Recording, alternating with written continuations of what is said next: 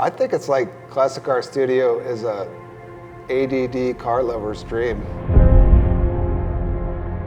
So you walk in now and it's like, oh, look at all this stuff. But you know, it wasn't like a switch that flipped. It didn't happen overnight. I think once you walk in here, it like starts to take over a little bit. And even if you're not a super creative person, next thing you know, you're like looking at the possibilities.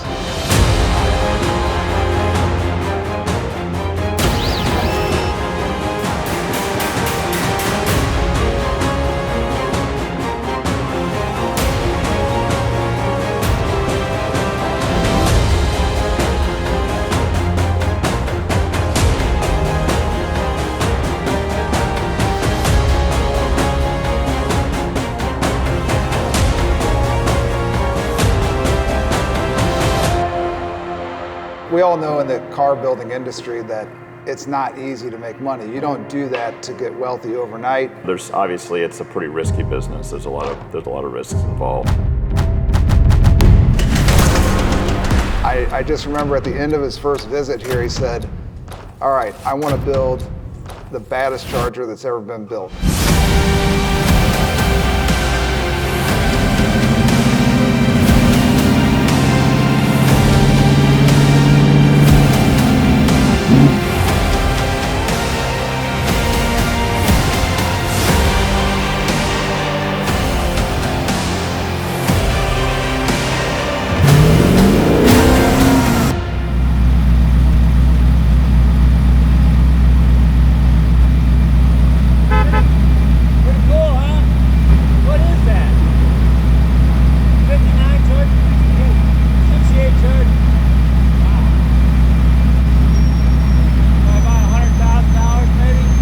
Hell yeah. Shit, yeah.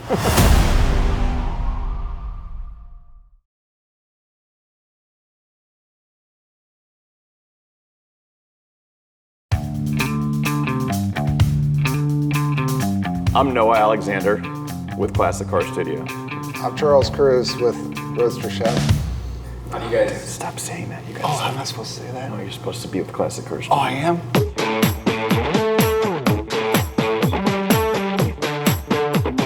I think the car industry is a pretty tight place and you run into people everywhere. So I think we first ran into each other at a car auction, like a Mecum auction, something like that. So That's probably like 16, 17 years ago. yeah, Charles kind of liked what we had going on here and he had other business running at the same time. And we're like, hey, I think if you come over here, we could build some really cool stuff. And I was right at the start of... Pretty close to the start of TV.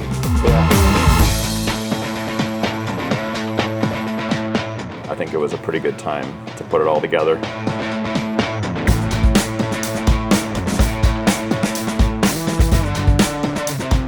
When you watch our TV show, it was like a true bird's eye view of what we do. It's low drama, lots of fun, and car building, you know, it's what it should be.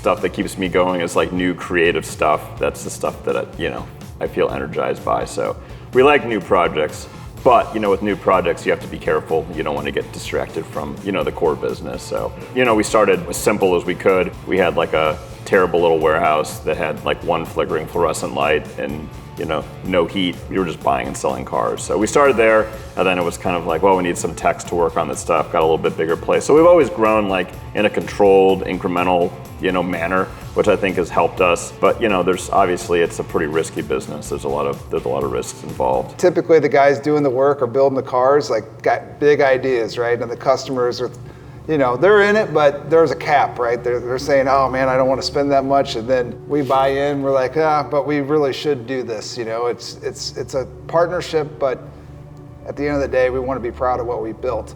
So sometimes to offset that cost, companies do other things, right? And so buying and selling cars helps with offsetting losses, if you will, on the car build side sometimes, or making rum or software, or all those things. It kind of helps like really, diversify yourself a little bit. So if you do have a shortcoming or something that happens on the car building side, you can absorb that a little easier. And I think it keeps your creativity level high because you're not so worried about billing for every single hour that you have in a full build.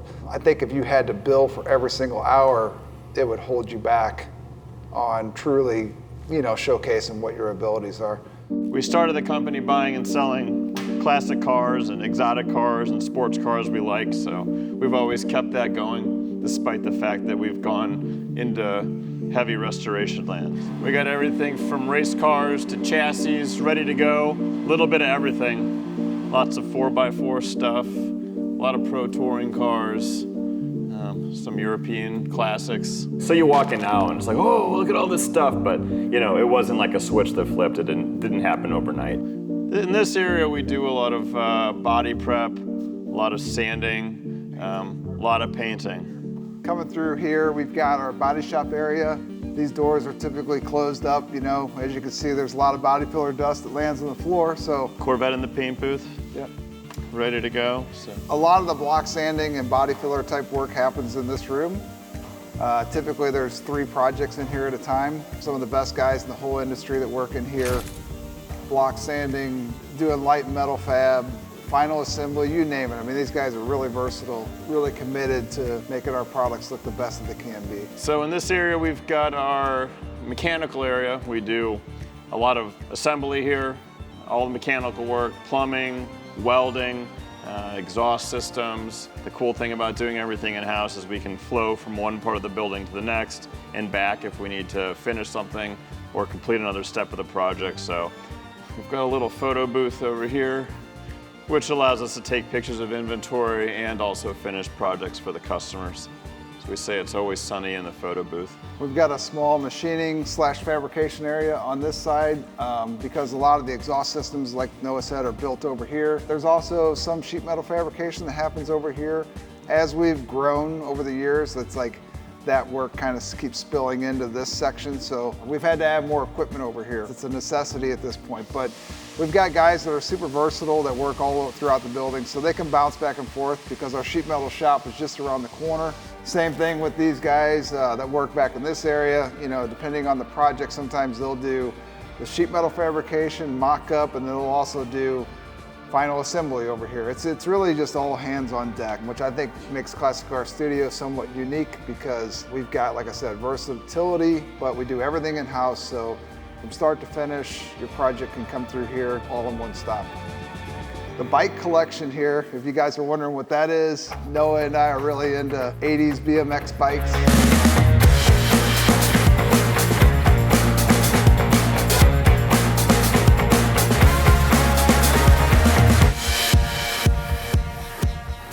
This collection came up for sale locally, and we thought that's kind of a cool addition to the shop, right? Because it's just another fun thing, and a lot of car guys are into bikes. So now we have a bike show here every year. And we've had Bill Allen from the movie Rad show up and do appearances, and it's just been a lot of fun. It's just a cool addition to the shop, but it's something we like. I feel like every car guy started out on a bike first. It was in the 80s and like late 70s and early 80s, there was a lot of people building bikes and kind of tricking that stuff out. So well, and I think it shows your freedom. Like, yeah. Just like a car, when you started driving, you were 16, that showed your freedom. You got to get out and go see all your buddies. Bikes are no different. I mean, it was just an earlier version of that before you had a car. So I think a lot of car guys can relate to the whole bike scene. As we said, we do everything in-house, including the interior work, which is great to be able to do in-house because it's always that thing that gets done last. You send out, it disappears. If you're not on time, the interior guy is going to move on to somebody else. But we do all our interior work in-house. We also do other shops' interior work here, so it's nice to be able to do the interiors with the rest of the build at the same time and really integrate everything together. So I don't know, we feel that it should be one of the most important parts of the build and not kind of like the last thing that you end up with. You're like, oh, we got to do the interior, let's find a shop. So for us, it's like one whole package. Everything's got to look right, everything's got to match, everything has to go together. So by doing that in-house, we're able to achieve that consistently. We've been adding some technology lately, so if you come in here, we can kind of show you, just the start of our 3D printers. So we've got 3 filament printers and a resin printer. Right now, we're doing a lot of experimenting with doing consoles built in sections, and we glue them together and then we finish those out and then wrap them with leather. This has been a good start so far. You know, it's just something that we feel is necessary to get the quality level that we're after. So far, it's been really, really well done by the interior guys here. They've taken the new technology and just ran with it. So a funny thing, you know, about Classic Car Studio is we have a band practicing. we have right band now. practicing in the background. That's every Thursday. That's important. But That's important. But really, it's like you know, because of the show that we did have on TV, we've got a loyal fan base out there, and we're really fortunate to have them come by and see us. And we've had people from Italy and Germany and Australia, all over the world, that come by and see us, and that's really cool. We love that. So if you're in the neighborhood, definitely come by and see us. don't be a stranger. Yeah, don't be a stranger. Should we walk out through the band practice? Yeah, we'll walk out and knock through the over, band, yeah. knock over a microphone. Yeah, we'll walk out here through. We got to piss one more person off. Yeah, tonight. we'll walk through the band practice. I think once you walk in here, it like starts to take over a little bit, and even if you're not a super creative person, next thing you know, you're like looking at the possibilities. So once he came in here, it was like everything we had talked about was gone, and we're starting from scratch, and we're gonna build something totally crazy. And I just remember at the end of his first visit here, he said, all right, I wanna build the baddest Charger that's ever been built.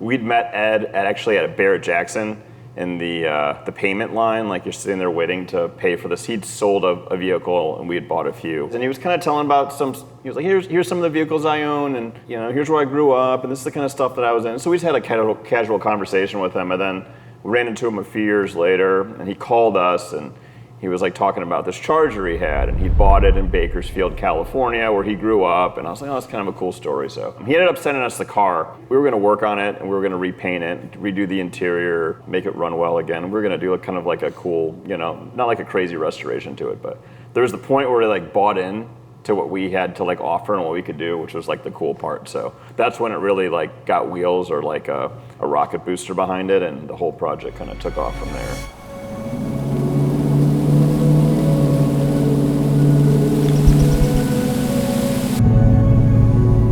Whatever ideas we had, he wanted us to throw it at him, and he's either going to say yes or no. I can tell you he didn't say no very often, so, which was kind of cool. I mean, you don't normally get that, you know. You get guys that come in and, you know, they start off strong, but then it's a long journey and marriage throughout the build process, and sometimes you lose people for a while. He was in it to win it the whole way through, which is a pretty rare thing.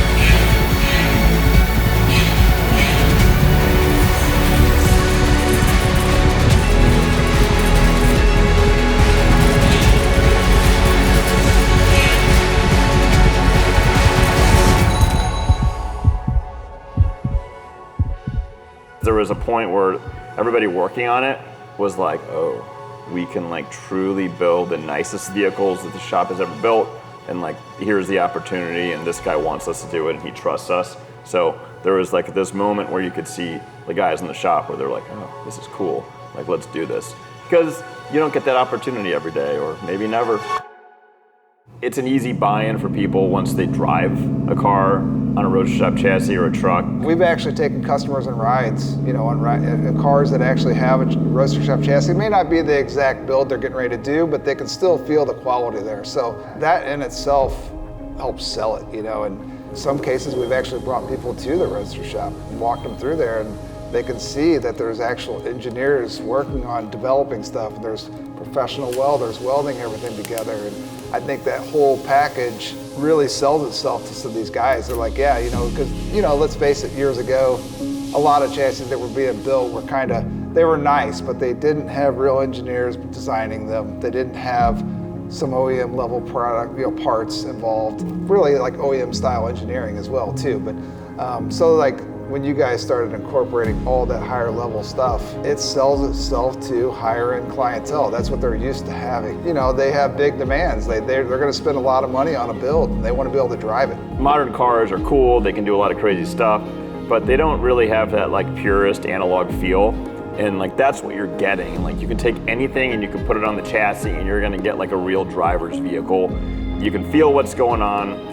You can set it up the way you want it. You can really dial in the suspension, the shocks, and just align it perfectly, and it's gonna be right, and you're gonna go out and drive it, and it's gonna feel good, and you're gonna have a good time. You're gonna drive the car, you're actually gonna go out and drive it. There's not 50 computers like adjusting a bunch of stuff. So it really is like the platform for like a true like analog driver's car, and you can put a lot of different vehicles on top of it, but you know, the ability to do that is, you know, what allows us to say like, hey, we think this is probably a pretty good choice for you.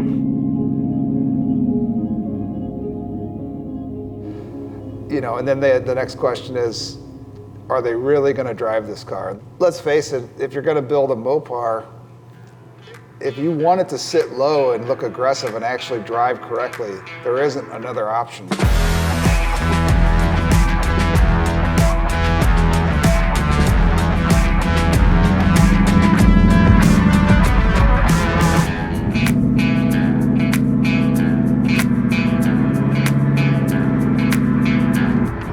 I thought we weren't supposed to drive this car. That's what people kept telling us at the show, so I figured. No, they said, can you actually drive it? Can you actually drive it? And we're like, listen, we're from St. Louis. We got the best streets in the country. Best streets. What we like to do in St. Louis is we'll do some concrete, and then maybe something will get messed up. Throw a little asphalt on top. Right. Patch it up. Maybe a little concrete on top of that. Call it a day. We fixed it. We did a good job, boss. And there was 5 guys watching when they fixed the hole. Well, you gotta have a guy like, all right, now do some more concrete or maybe do a little asphalt. Right. Yeah. That's some hot asphalt you got there, buddy. Oh, it's some hot asphalt. Is that what they said?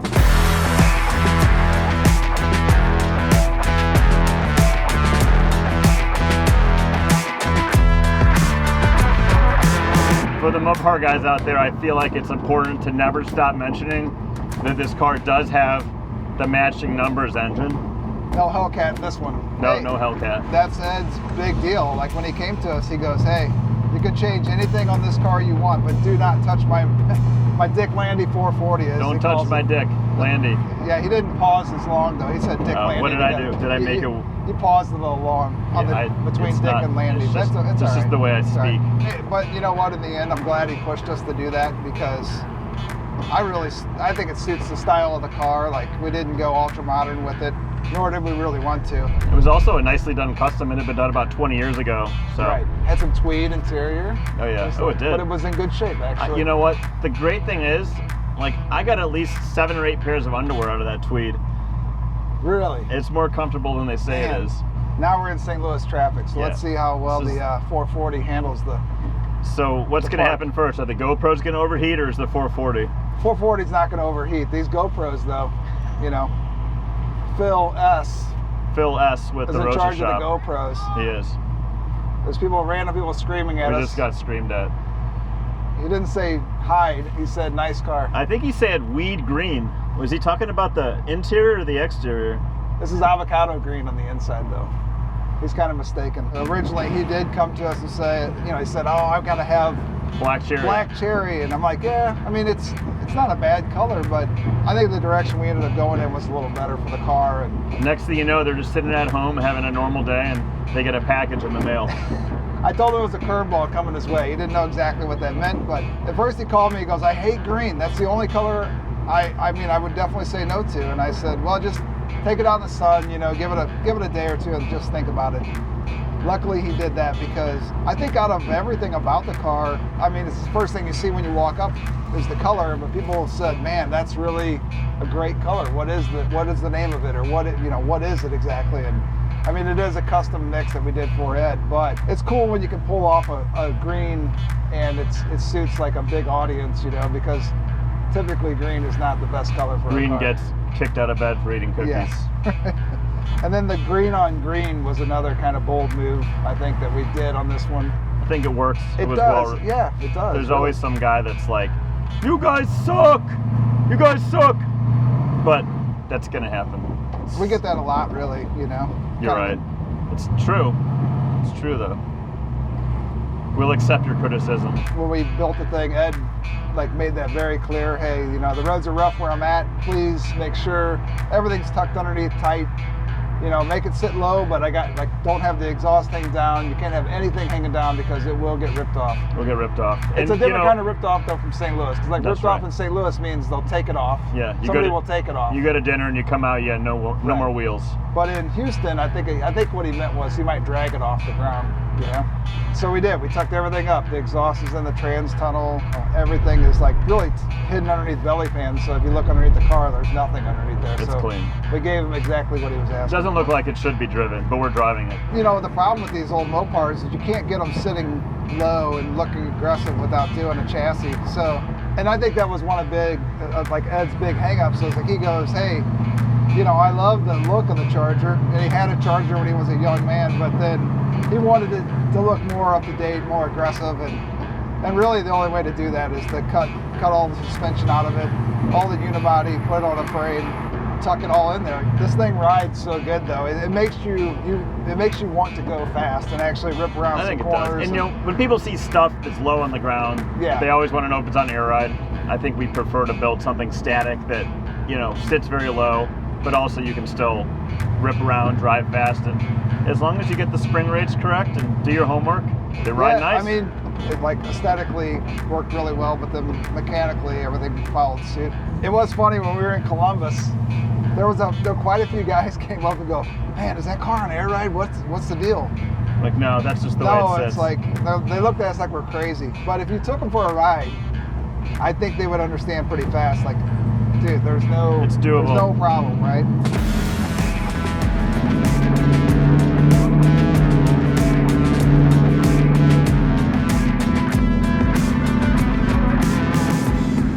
The big hurdle that we ran into, even though the 440 is the engine that came in the car, was trying to get everything to fit underneath the hood, because the frame's up inside the car somewhat, and then the engine Set up a lot higher than the normally engine's would. sitting up higher. So, you know, luckily Hogan worked with us on the intake manifold, and we were able to get the stack injection down low enough to clear this hood. Because I mean, the hoods are pretty iconic on this car, I think, with the two scoops. I think it's nice to be able to build something where the hood's not all jacked up in the middle too. So I think when you're looking at cars like this, if you walk up to one and you don't have any questions, then, you know, it's not really that cool. But Exactly. if you've got a million questions for the builder, like, hey, well, what about this? How did you guys do that? Where did you hide everything? You know, that's the kind of stuff that we look at when we're looking at Right. cars. And I think if those questions pop up, I think, you know, in one way or another, you did a good job. Yeah, so Big Ed goes to every show that this car's at He for the does. better part of a year. And then when it goes to Columbus and gets Street Machine of the Year, he's stuck in Houston with the Hurricane, which I was like, Ed, come on. Of all shows to miss, I mean, come on. That was a big honor. You know, it's like, I think most builders would agree. It's, you know, there's certain pinnacles that you want to hit. Not that we're always out chasing awards, but No. but that, you know, that's a cool award. And I know there's like some of our peers involved with like the judging process, and so it's a big accomplishment to get that. I mean, and not to mention, I mean, we were up against some really nice cars. 31 cars this year, Yeah. and they were all over the top. They were all really nice. Everybody did a great job. So, you look at it, you're like, anybody could take win. this home. Absolutely. Yeah, great cars.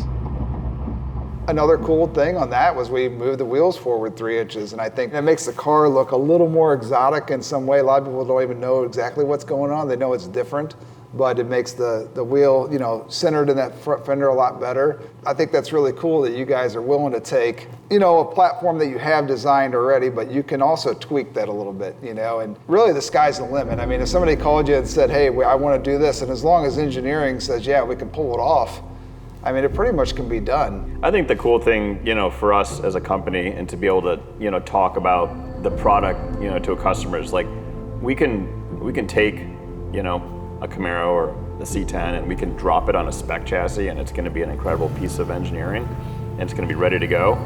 But if you want to go really custom, you know, that's always an option as well. And we've gone both ways and we have, you know, happy customers.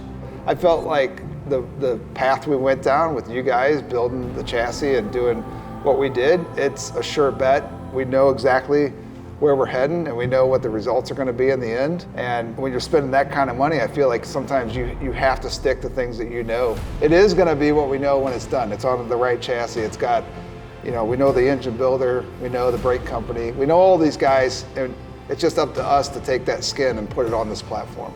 I think we've got a lot to offer, you know, the entire car community, so. Classic Car Studio is a ADD car lover's dream because you can come here and you can buy a car, you can look at cars, you can have us do work on your car, you can drink while you're having us work on your car, you can go look at BMX bikes. Look at the bikes. Because my wife gave us kind of a phrase like to explain the place, and she goes, it is like a grown man, car guy, frat house. Like, and there is some truth to that because really it's like you come in here, everybody, there's enthusiasm in the air. People are really into what they're doing. The guys and ladies too that come in here, it's like you can see it in their eyes. They get excited. They want to be a part of it, right? And that's really what we want. We want people to buy into what we're doing. So like when we go out to car shows, our customers come with us. That's how you met Ed, and a lot of our customers come along. It's like, to us, that's like the ultimate compliment if somebody comes in and they buy into what we're doing. People are always afraid to walk in the door, but if you're in the neighborhood, come on by, come check out the cars. We'll give you a tour of the shop. We can drink some rum, can even buy a t-shirt and leave. And we're definitely not TV guys that you can't come up and talk to. We're approachable. We're approachable. Just come talk to us. Have a beer with us. Have some rum with us, whatever. Yeah. But definitely, if you see us out in the wild, come by and say hi. We'd love to talk to you. Alrighty. Okay. Then play the May I Help You riff. You got the guitar. Oh yeah.